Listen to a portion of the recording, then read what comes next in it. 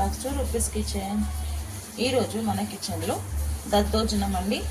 దద్దోజనం ఎలా ప్రిపేర్ చేసుకోవాలో చాలా ఈజీగా సింపుల్గా అయిపోతుందండి. దాని ప్రిపరేషన్ చూపిస్తాను. ఈరోజు థర్డ్ డే అండి. థర్డ్ డే ప్రసాదం. నేను ఈరోజు దేవుడికి దద్దోజనం చేస్తున్నానండి.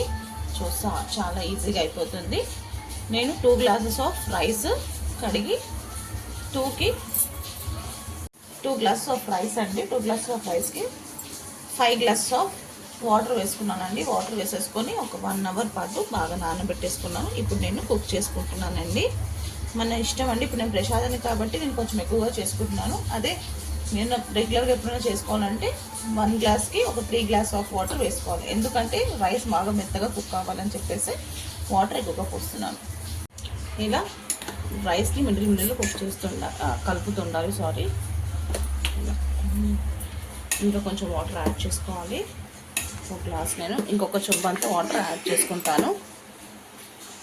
ఇప్పుడు ఇంకొక చెంబంత వాటర్ యాడ్ చేసుకుంటున్నాను. ఎందుకంటే రైస్ బాగా మెత్తగా కుక్ కావాలని.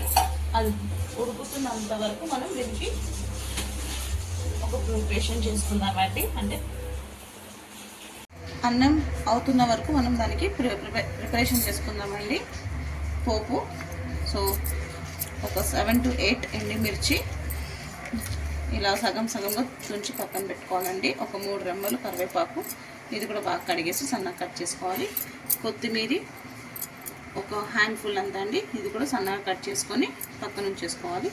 ఇది ఒక 10 పచ్చిమిర్చి అండి, ఇంకా సన్నగా పొడుగు కట్ చేసుకొని ఉంచుకోవాలి. మినప్పప్పు, శనగపప్పు, అల్లం.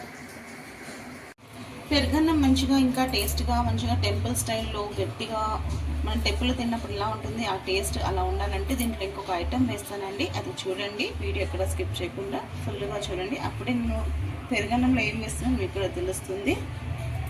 ఇలా బాగా మెత్తగా అయ్యే వరకు కుక్ చేసుకోవాలండి. కుక్కర్లో కూడా చేసుకోవచ్చండి ఇలానే. నేను ఎందుకు చేయలేదంటే కొంచెం ఎక్కువగా చేస్తున్నాను కాబట్టి అందుకని నేను కుక్కర్లో చేయలేదండి. కుక్కర్లో చేసినప్పుడు సేమ్ 1 గ్లాస్కి ఒక 3 గ్లాస్ ఆఫ్ వాటర్ అలా ఎక్కువగా వేసుకోవాలి. అప్పుడు రైస్ ఇలా మెత్తగా కుక్ అవుతుంది. ఇప్పుడు గ్యాస్ ఆఫ్ చేసేసుకుంటున్నాను.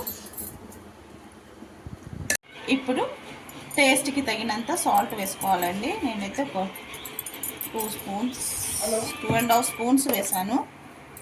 వేసాక దీంట్లోనే నేను దీంట్లో ఒకటి వేస్తా అని చెప్పాను కదండి, బటర్.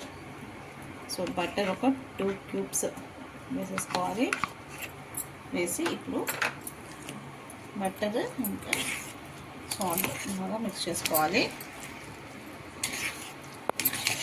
మంచిగా మెత్తగా ఇంకా టేస్ట్గా ఉంటుందండి బటర్ వేస్తాను. అందుకే నేను బటర్ వేసాను. ఇప్పుడు పక్కన కాచి చల్లారి పెట్టుకున్న పాలండి, అది ఒక 1/2 గ్లాస్ అంతా వేసుకోవాలి. మేగడ ఉంది, మేగడ కూడా వేసేసాను. దీంట్లోనే ఎక్కువగా వేసుకోవద్దు, ఒక 1/2 గ్లాస్ అంతా వేసేసుకొని బాగా మిక్స్ చేసేసుకోవాలి. ఇలా పాలు బటర్ వేసాను వల్ల మంచి టేస్ట్గా ఉంటుంది. మీరు కూడా ఒకసారి ట్రై చేయండి. అందరూ చేస్తారు కానీ నేను నా స్టైల్లో ఇలా చేస్తున్నాను. మీరు కూడా ఎలా చేస్తారో కామెంట్లో చెప్పండి. ఇప్పుడు పాలు, ఉప్పు, బట్టలు అంతా వేసేసుకున్నాక మంచిగా మిక్స్ చేసేసుకున్నాం కదా. ఇప్పుడు దీంట్లో నేను ఇంట్లోనే పెరుగు తోడు పెట్టుకున్నానండి. ఇది 1/2 లీటర్ ఉంది పెరుగు, 1/2 లీటర్ పెరుగు అండి.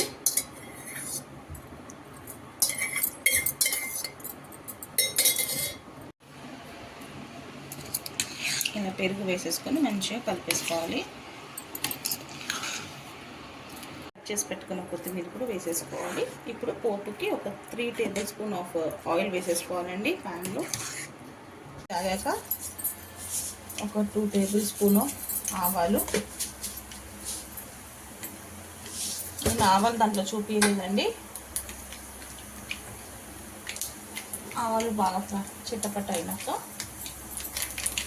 దీంట్లోనే 1 స్పూన్ మినప్పప్పు, 1 స్పూన్ శనగపప్పు.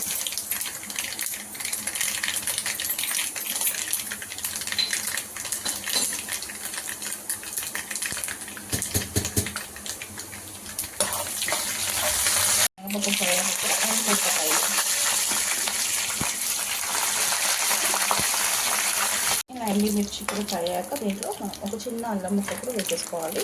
దీంట్లోనే కట్ చేసి పెట్టుకున్న పచ్చిమిర్చి కూడా వేసేసుకొని ఫ్రై చేసేసుకోవాలి.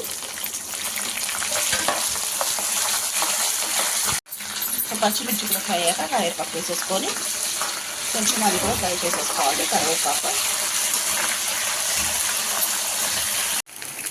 ఇంకా పోపు కూడా ఫ్రై అయిపోయిందండి. నేను ఇంకొక దాంట్లో మార్చుకున్నాను, ఎందుకంటే ఎక్కువగా అయిపోయిందని. కొంచెం దీంట్లో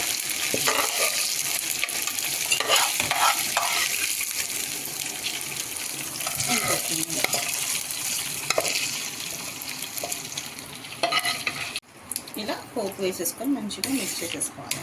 అయిపోయింది దద్దోజనం. చాలా బాగుంటుందండి. ఒకసారి మీకు కూడా నచ్చినట్టయితే మీరు కూడా ట్రై చేయండి. చాలా ఈజీగా సింపుల్గా అయిపోతుంది. టేస్ట్ కూడా సూపర్గా ఉంటుంది.